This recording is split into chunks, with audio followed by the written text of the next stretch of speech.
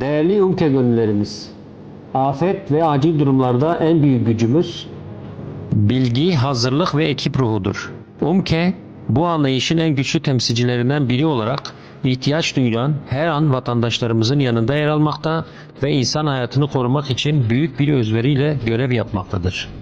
Siirt İl Sağlık Müdürlüğü olarak fedakarlığınız, disiplininiz ve gönüllülük ruhunuzla gurur duyuyoruz.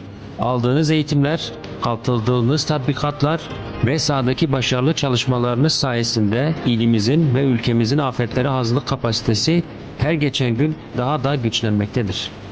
Görev yaptığınız her yerde sergilediğiniz dayanışma, profesyonellik ve sorumluluk anlayışı sağlık teşkilatımızın en önemli değerlerinden biridir. Bu vesileyle emek veren tüm UMKE gönüllerimize gönülden teşekkür ediyor, görevlerinizde başarılar diliyorum. Birlik ve beraberlik içerisinde her zaman göreve hazır olmaya devam edeceğinize yürekten inanıyor. Hepinize sağlıklı, güvenli ve başarılı çalışmalar temenni ediyorum.